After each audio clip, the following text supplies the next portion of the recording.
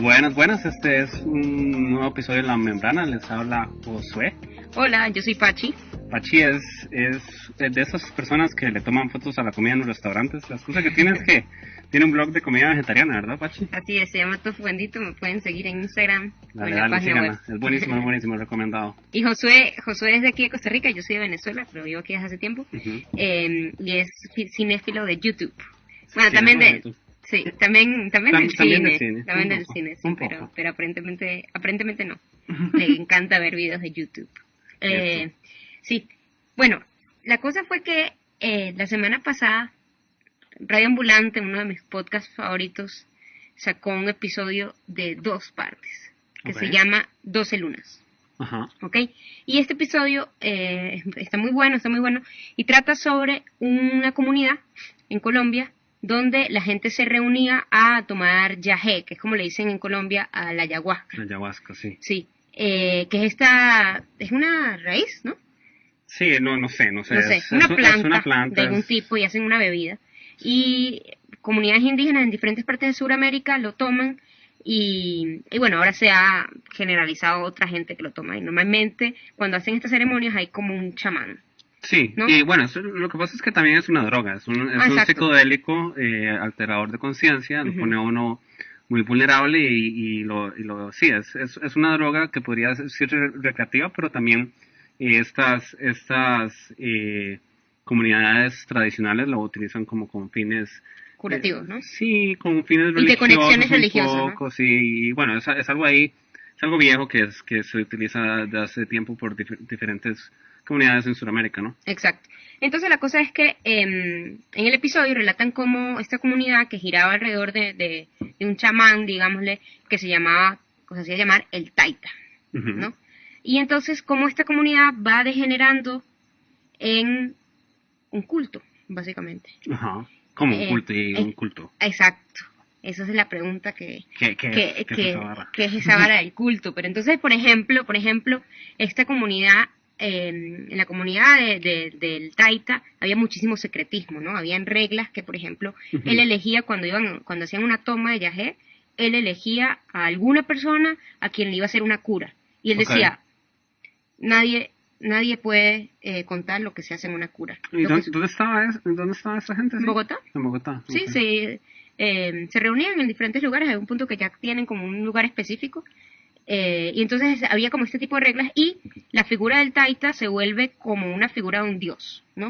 Okay. Es como esta persona, este líder que parece un padre y un dios al cual hay que preguntarle todo para asegurarnos de no estar en gracia con él. Entonces, qué sé yo, por ejemplo, la gente empieza a contar que de un momento a otro, sin darse cuenta, si iban a comprar un carro, le preguntaban al Taita si les parecía bien, ¿no? Wow. O sea, se van contando como todo un proceso de cómo esta gente se va uniendo al culto del Taita. Okay. Y bueno, luego pasan miles de cosas que no les voy a contar para que escuchen el podcast, son 2 episodios y está súper bueno. Sí. Pero bueno, eso nos lleva a la discusión de qué son los cultos. Sí, ¿qué hace algo un culto? Porque esta palabra es como súper peyorativa, ¿no? Se utiliza, sí, eso siento yo que en la comunicación actual, al menos como en la tendencia anglosajona, ¿no? Como que suelen utilizarlo de manera peyorativa. Así sí, como, yo siento que en español es como secta. Quizás sí, un culto, pero también se refiere al acto de un culto, ¿no? Que cuando uno va a un culto o cuando le rinde culto al correcto, la libertad de culto. Sí, es una palabra que tiene mucho significado, pero sin duda si uno lo utiliza para denominar a una comunidad, sí, tiene un tilde negativo. Peyorativo, sí, se siente como, sí, uno le llama a algo malo. Si usted está en un culto, es feo, ¿no? Sí, yo siento que es como una secta. Una secta, pero sí, el culto tiene ciertas características, ¿no? Por ejemplo, esto que usted mencionaba de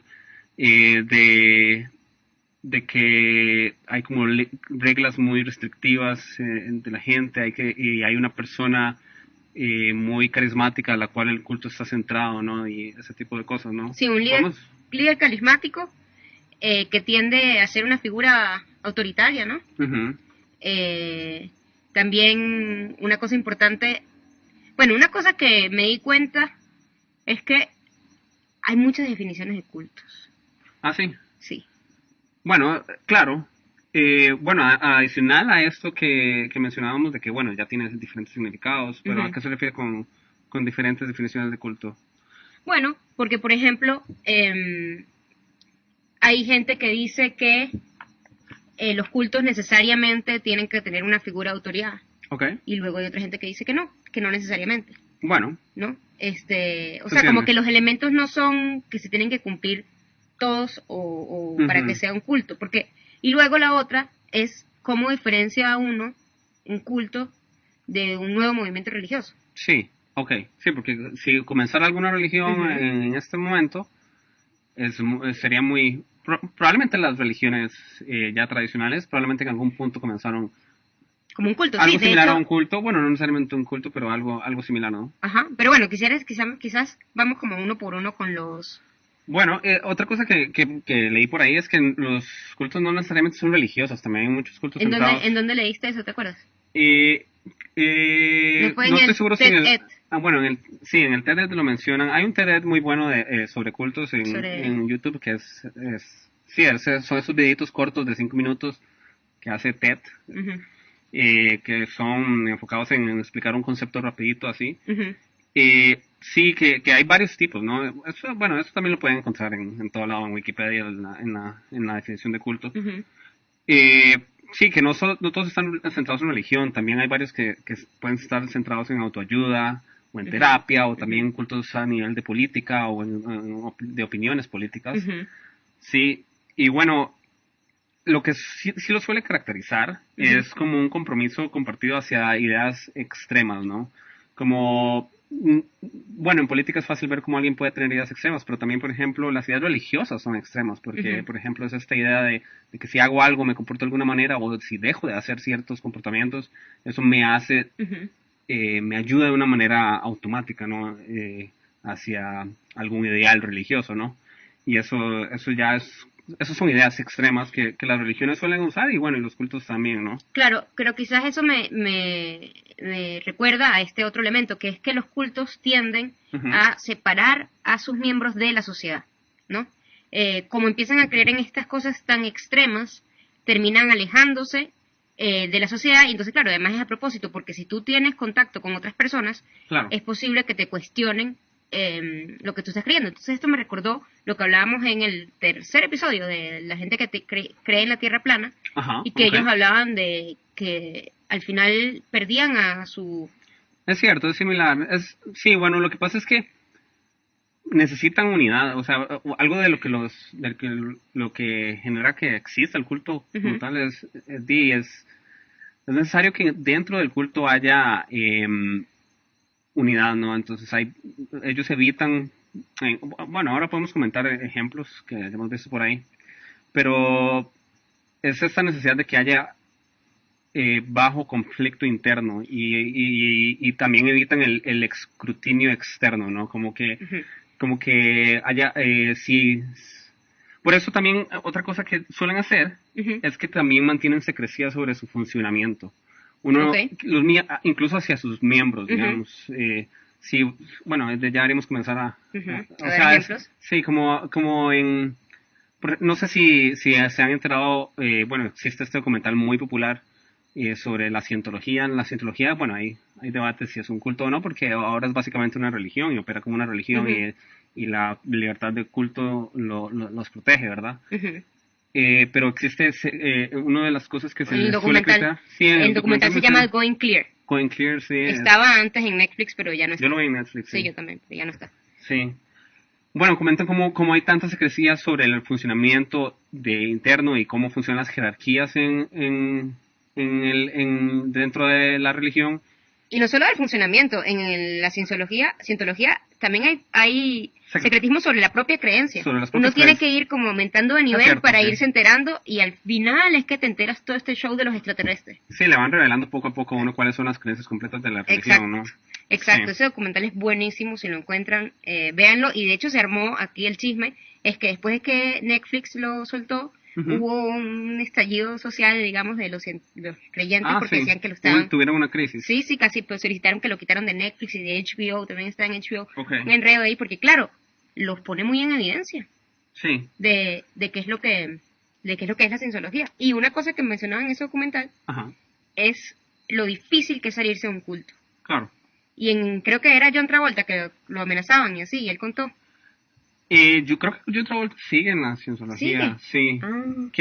Uno de los que declara es en la cienciología que es prominente es Paul Haggis, que es quien ganó el Oscar por esta peli que se llama Crash. Él estaba en la cienciología, cientología, no sé cómo se llama, cientología en inglés, Scientology en inglés y cienciología en español, supongo. Sí, él sí salió. Hay una actriz la que salía en Salvado por la Campana que también es prominente por se llama Lia Remini, creo, es como un apellido italiano. Lia Remini. Y ella también salió, y ella empezó de niña, por ejemplo, y o sea, imagínese, toda la vida siendo parte de una religión y un sistema de creencias y este tipo de socialización que es, o sea, que uno solo se relaciona con gente del culto. Claro. Es que ese es el problema, porque mucha gente crece dentro de una religión, un sistema de creencias. Claro. Y exacto. Eso, no necesariamente es negativo. El problema es cuando te prohíben pensar críticamente. Claro. ¿No? Hay una de eso es una creencia fundamental. Eso es una diferencia fundamental con las religiones. Por ejemplo, en Latinoamérica es muy común crecer como católico, ¿no? Que bueno, es mi caso y yo creo que el suyo también, ¿no? Sí. Pero uno tiene ese chance de criticar la religión, de relacionarse con otra gente, otras creencias, y no existe esta manera de mantenerlo a uno cerrado al mundo exterior, que le permita a uno ser una persona cosmopolita, librepensante, como suele ser la gente, ¿no? Claro, hay nuestras latitudes, ¿no? Sí, hay otro video súper interesante sobre los cultos que existe en Netflix, que es de Explain, se llama Cults Explain, tiene subtítulos en español, o se puede poner incluso todo en español, y hay una persona que antes era un Muni, que es un culto ahí que veneraban a un tipo cuyo apellido era Moon, me parece. Steven Hassan, ¿sale en ese libro? No, es que Mooney había muchísimos. Ok. Creo que no es Steven Hassan, es otro, uno calvito, ¿no? Sí, Hassan, sí. El hecho es que esta persona dice que él colapsó una vez que estaba leyendo un libro y le preguntaron qué pensaba del libro. Porque claro, él había sido Mooney desde pequeño, entonces no tenía ninguna posibilidad de tener pensamiento de él. Sí. Que no le explicaran qué tenía que pensar. Eso es muy conmovedor, o sea, que alguien se conmueva y que se sienta abrumado, ¿no? Abrumado porque le estén preguntando que cuál es su opinión. Sí. O sea, quiere decir que nunca nadie le había pedido su opinión o le había dado a entender que su opinión propia tenía algún valor. Exacto. Sí. Y entonces, digamos, para ir recapitulando, entonces primer característica, digamos, común es que tiene un líder que está vivo, que es muy carismático, muchas veces autoritario, narcisista, y que todo el movimiento está alrededor de él. Ya voy a hacer la enumeración para luego seguir agregando. Luego, tiende a ser un grupo donde las ideas se aceptan y se aceptan, no se critican, y se fomenta que nadie critique las dudas, y de hecho la gente tiene miedo normalmente de criticar algo, ¿no? Hay mucho secretismo. Y luego, en la misma relación, normalmente te sacan un poco de tu ambiente social, ¿no? Y bueno, y se fomenta, además esta es la otra, fomenta que tú más bien incluyas a gente. Cierto, exacto. Una de las cosas que también nos caracteriza, me parece a mí que tiene que ver con el reclutamiento, ¿no? Con cómo atraer gente nueva al culto y cómo hacer creer el grupo, ¿no? La comunidad. Y bueno, y se aprovechan de ciertas cosas humanas, ¿no? Como el interés en la comunidad, obviamente. Pero hay otra cosa que usted ya mencionó, que se aprovechan los cultos y que sucede en la cientología también, por ejemplo, y en las religiones en general, que son los estados alterados de conciencia, ¿no? Con el yagé. Claro. Con el yagé, lo hace con el yagé, ponen a la gente en un momento vulnerable y eso permite manipular, ejercer control mental, ¿no? Sí, pero no solo el yagé, porque también drogas, uno puede llegar a ese estado por otros medios. La oración, la meditación, etcétera, hipnosis. De hecho, hay muchos cultos relacionados con el budismo. Eso me pareció bien interesante. Hay gente que en ese Explain entrevistan a un tipo que parece que estuvo en un culto, como que fue una clase de yoga y agarró un papelito ahí, terminó en un culto. Sí. Súper, sí, fuerte. La gente queda traumatizada.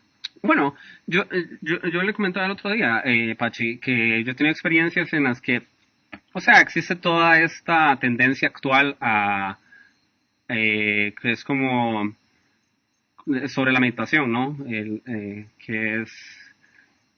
Que se habla de los beneficios de la meditación, pero siempre está como desde un punto de vista muy secular y qué beneficios le puede traer a la vida de uno la meditación. Me parece que es como que es similar a por qué puede hacer uno deporte, ¿no? O qué beneficios le trae a uno al cuerpo y a la mente hacer meditación o deporte. Me parece que ahora es como esta...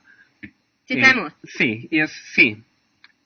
Pero yo le comentaba el otro día a usted, Pachi, que a mí me ha sucedido como que me ha invitado, qué sé yo, a algún grupo de meditación y de alguna manera se siente que hay algo adicional, no están contentos con darle a uno la clase, explicarle qué es meditación y qué ejercicios se puede hacer para aprender, sino como que se siente como que quieren que uno vuelva o que hay ciertos rasgos adicionales que hacen a ese grupo especial y que lo hace a uno necesitar del grupo más. O sea, como... Sí. Y esas cosas, o sea, no estoy diciendo que ellos sean cultos o muchas gracias a quienes me invitaron y así, pero sí se siente como que hay algo adicional. Y eso. Bueno, y en eso quiero mencionar dos cosas. La primera es que nadie se une a un culto, porque nadie cree que se está uniendo, ni siquiera. Es que nadie se da cuenta que es un culto. Exacto. Sí. La gente se une a una comunidad. Claro. ¿Entiendes? Entonces, cuando la gente invita a otros a pertenecer a esta comunidad, no lo hacen desde la mala fe. Es porque de verdad creen que es bueno. Sí. ¿No? Así es que crean, porque hay cultos de gente que cree que el mundo se va a acabar mañana, digamos, que cada vez ponen fechas de cuándo se va a acabar el mundo. Entonces hay gente que dice, no, ven, porque somos los que vamos a tener el plan para salvarnos. Claro, es eso que mencionábamos ahorita de cómo suelen dar soluciones a problemas grandes. Exacto, sí. Soluciones extremas a problemas extremos. Soluciones extremas y además muchas veces lo otro que se hacen es que es una simplificación. La realidad del mundo es que todo es muy complicado y a nosotros a los humanos, nos gustan las respuestas sencillas. Sí. Y los cultos tienden a dar respuestas sencillas a preguntas difíciles. Exacto, haga esto, deje de comer tal carne o deje de hacer esto y usted es perfecto para siempre y los marcianos lo van a bendecir o algo así, ¿no? O siga todas las recomendaciones de esta persona. Eso es lo otro, que la gente le gusta, nos gusta, no tener la responsabilidad de estar decidiendo cosas. O sea, es como que somos libres, pero realmente es una responsabilidad. En cambio, cuando llega como este ser paternal que decide todo por nosotros, nos gusta. Claro. Y entonces estamos propensos a caer en este tipo de cosas, todos. Propensos. Yo creo que eso es una palabra clave ahí.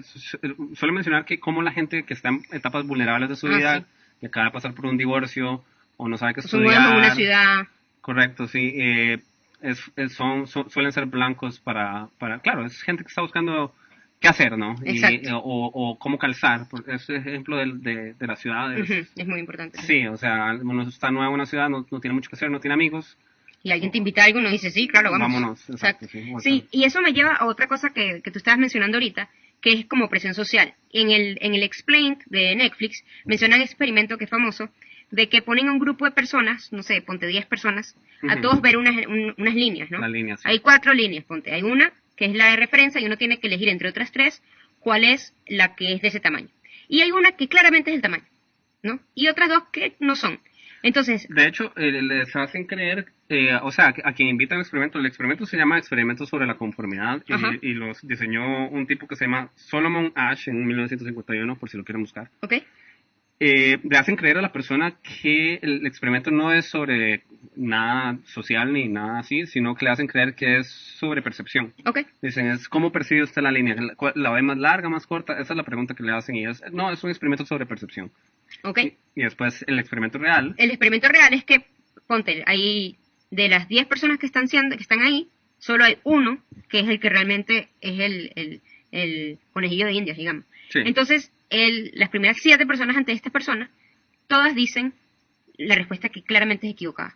Y entonces cuando le toca al conejillo de Indias, el 75% de las personas dice la respuesta equivocada. Claro. Porque es demasiada la presión. O sea, imagínense estar en ese experimento, ¿no? Estar uno en un señor con bata, un clínico ahí, ¿verdad? Sí. Le pregunta a uno cuál es la línea más larga y uno dice es la A, ¿no? Y todos los demás dicen que es la B. todos en el cuarto, los demás, pero son actores y dicen que es la B y uno no entiende qué está pasando y le vuelven a preguntar a uno, tiene una oportunidad para corregir, ¿verdad? Y le dicen a uno, hey, es la A. Todavía la gente suele cambiar de opinión. Pero yo lo que había visto era... No, o sea, no pasa ese cambio de opinión, sino que le tocaba su turno después. Le preguntan de último, sí. Y yo de estos he visto varios. Entonces uno prefiere conformarse con el grupo y hacer lo que todos hacen y no seguir lo que uno en serio percibe. Que es el rarito, pues, de decirlo. Exacto, pero explico, el punto es que las personas preferimos darle la razón al grupo. Y esto pasa, o sea, no sé cuáles son los resultados del experimento, pero... Ya el 75% decía el video. Ajá, el 75% de las veces la gente prefiere hacer lo que otros dicen o decir o tener la opinión de lo que el resto del grupo dice que decir en serio lo que opinan o la percepción real que tienen. Solo para calzar con el grupo, ¿no? Yo he visto esto en unos videos increíbles, ¿no? Como hay uno muy fácil que yo caigo todas las veces, digamos, cuando me pasa en la vida, que es ponen a una persona a ver hacia arriba en el medio de la calle. Todo el mundo se empieza a frenar y empieza a ver hacia arriba. No, cuando hay más de 2 personas, algo así, no sé los números. Luego hay hay 2 que son absurdos. La gente entra en un ascensor y ve a todo el mundo viendo hacia la pared, a las paredes del ascensor. Okay. Yo no sé si lo hizo ese mismo científico, pero es lo mismo. Okay. Y el conejillo de dientes termina volteándose a la pared también. Y luego hay otro de gente en una sala de espera que hay sillas y se van poniendo de pie cada cierto tiempo. Y el conejillo de Indias lo empieza a hacer y es una cosa absurda, porque uno equivocarse del tamaño de una línea, extremo, sí. Pero el de ponerse de pie, entonces están ahí como poniéndose de pie rarísimo con sillas en una sala de espera. Como solo porque los demás lo hacen. Exacto, solo porque los demás lo hacen. Somos animales sociales y evolucionamos para ir en tribus. Claro, entonces imagínense, uno se muda a una ciudad, te invitan a esta cosa, todo el mundo le empieza a preguntar al taita si debe o no estudiar tal carrera, y uno empieza a decir, le voy a preguntar yo también, porque yo no quiero joderme yo. Correcto, sí. O sea, está bueno que entendamos que todos somos blancos de los cultos, porque uno puede como... Hay una cosa que le llaman el sesgo de correspondencia o el error, el efecto de sobreatribución también le llaman. ¿Y qué es eso? Es simplemente esta asunción que tiene uno sobre otros, que es como culparlos por las varas que les pasan, ¿no? como que si alguien entra a un culto, uno dice, o sea, como echarle la culpa a la persona de que entró al culto, por ejemplo. Es como sobredimensionar las causas internas de los errores de otros y no entender que mucho de lo que le sucede a alguien es resultado de su ambiente o de su situación social. Y de su naturaleza humana. Sí, es claro, su ambiente es parte, bueno, yo diría que es parte de lo mismo. Okay. Pero sí, y sus circunstancias, porque también, como comentamos ahorita, si uno está en una situación vulnerable, eso es más fácil que caiga, que entre a un culto o entre a una comunidad así, ¿no? Sí, y yo tengo una pregunta que te la quería hacer estos días, porque yo creo que tú sabes qué es esto, y lo mencionan en los videos, pero yo no estoy claro qué es la disonancia. La disonancia cognitiva. ¿Qué es? Bueno, disonancia cognitiva tiene que ver con... Simplemente es cuando uno cuando uno sabe cuando tiene cuando una persona logra tener ideas contradictorias en su mente y tener las dos opiniones que son contradictorias en la mente al mismo tiempo, que eso todos lo hacemos siempre, simplemente es eso. ¿Y uno qué hace? Sigue con su vida. Sí, o sea, usted simplemente tiene una opinión en un momento y en otro momento tiene la opinión contraria y es la misma persona. Eso es. En otro momento, porque por ejemplo estoy pensando, es que uno de los cultos que leí que ha existido era una gente que de verdad el líder les decía, el mundo se va a acabar el 10 de octubre del 2003. Y luego pasaba el 10 de octubre y luego decía, el mundo se va a acabar el 1 de enero del 2014. Claro, pura disonancia cognitiva. Exacto, entonces, y la gente seguía ahí, mierda, se va a acabar. De hecho, reí un relato horrible de una pobre niña que tenía como 10 años, y entonces cuando la familia se metió en era un culto cristiano.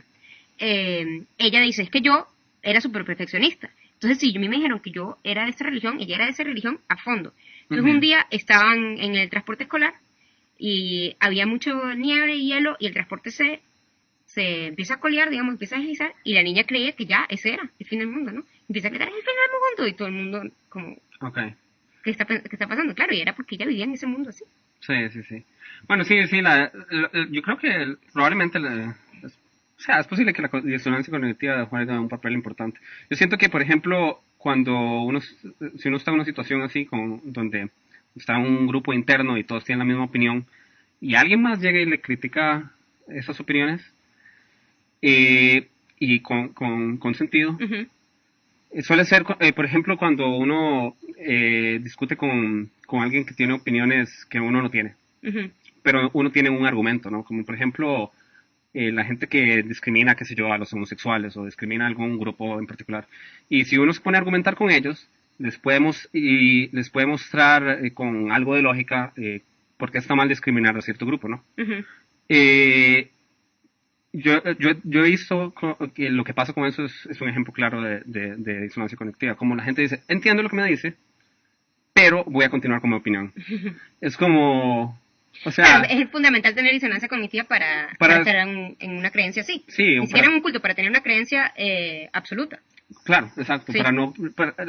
Sí. Para tener una creencia sostenida a pesar de que cuando se le muestra evidencia por lo contrario, sí. Exacto, eso me recuerda, hay 2 episodios de un podcast que se llama Making Sense, de Sam Harris, que es con una señora que en su niñez y adolescencia era parte de una iglesia cristiana que es un culto, New Baptist Church, creo que se llama. La Westboro Baptist Church, sí. Bueno, y entonces, Megan Phelps se llama ella. Hace poco, hay uno viejo y hay uno de hace como 2 semanas.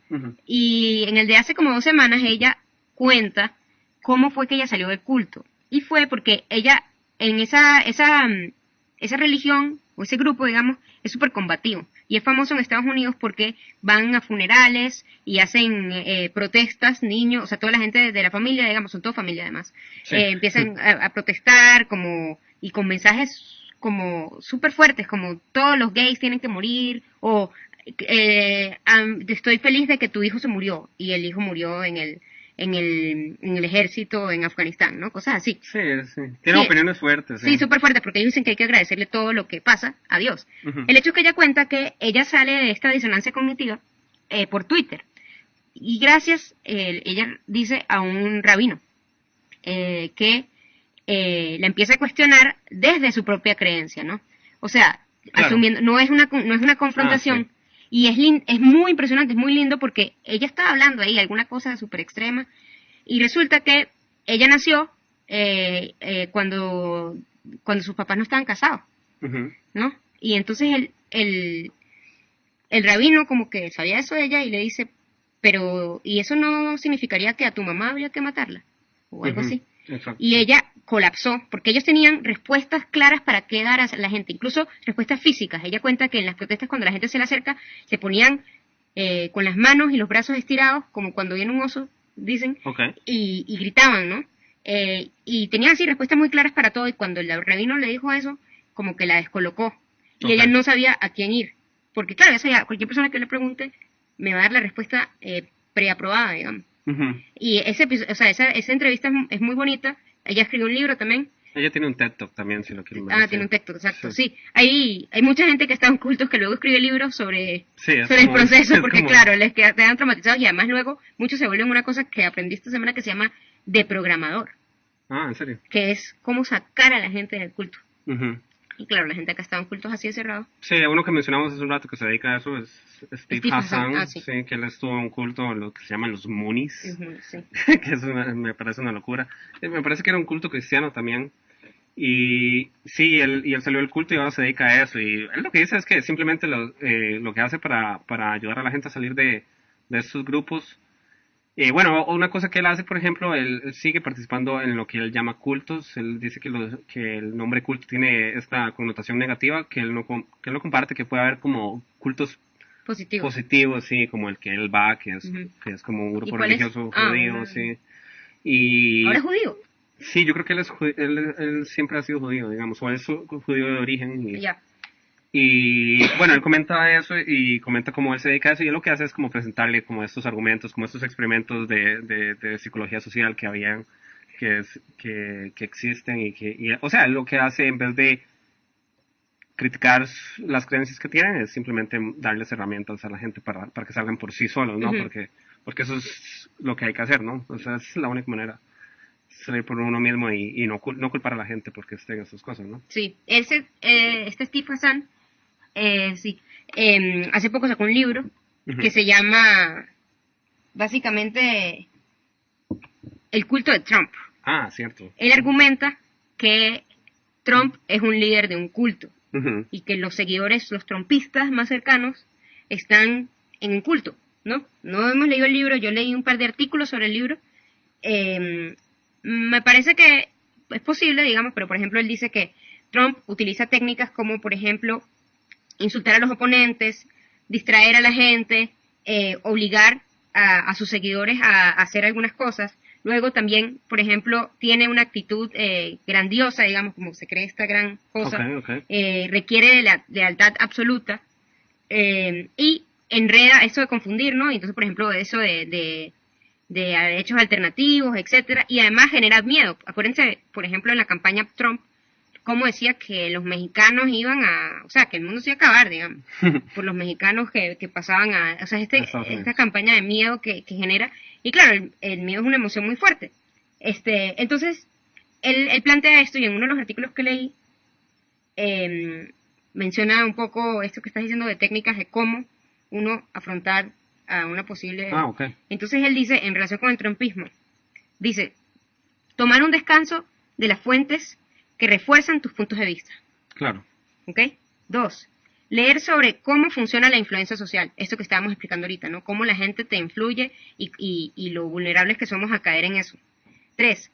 Considerar las críticas a Trump. Por ejemplo, leer los informes de Mueller y etcétera y otras críticas, ¿no? Como leerlas por uno mismo, como no ver lo que dice. Exacto, no leer lo que dice Fox News sobre el Mueller Report, sino verlo.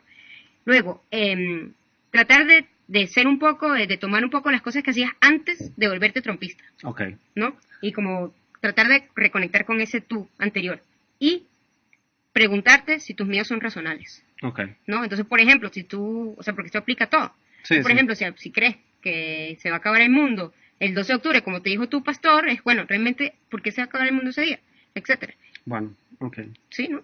Sí, y esto se relaciona también con otras creencias, porque si uno dice, si Trump puede ser un culto, las creencias que yo tengo pudieran ser un culto. Correcto, y esto que menciona Pachi de salirse un poco de tus fuentes. De tus fuentes, sí, de los echo chambers. Y ahorita todos somos... ¿Pero qué es un echo chamber? Sí, ahorita todos estamos en echo chambers, sí, porque todos somos usuarios de Internet y YouTube, Twitter y todas esas cosas. Y lo que pasa, bueno, usted me comentaba hace un par de meses, me parece, cómo los algoritmos que utilizan estas redes sociales y estos medios de información refuerzan creencias extremas por ciertas razones, ¿no? Un echo chamber es, la traducción sería una cámara de eco, sí, y es simplemente como por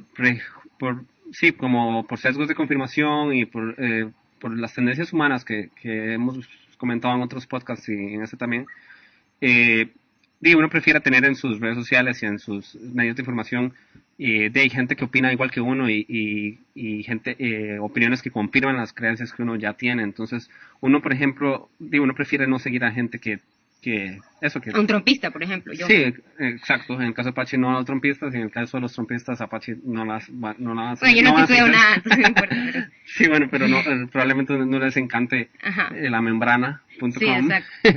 Sí, eso lo hacemos todos, digamos. Es muy rara la gente que realmente tiene un conjunto de seguidores no seguidores, el problema no son los seguidores, es la gente que uno sigue, que represente todas las opiniones. A mí me ha pasado, yo soy de Venezuela, y yo poco a poco empecé a borrar a la gente chavista o al menos silenciarla.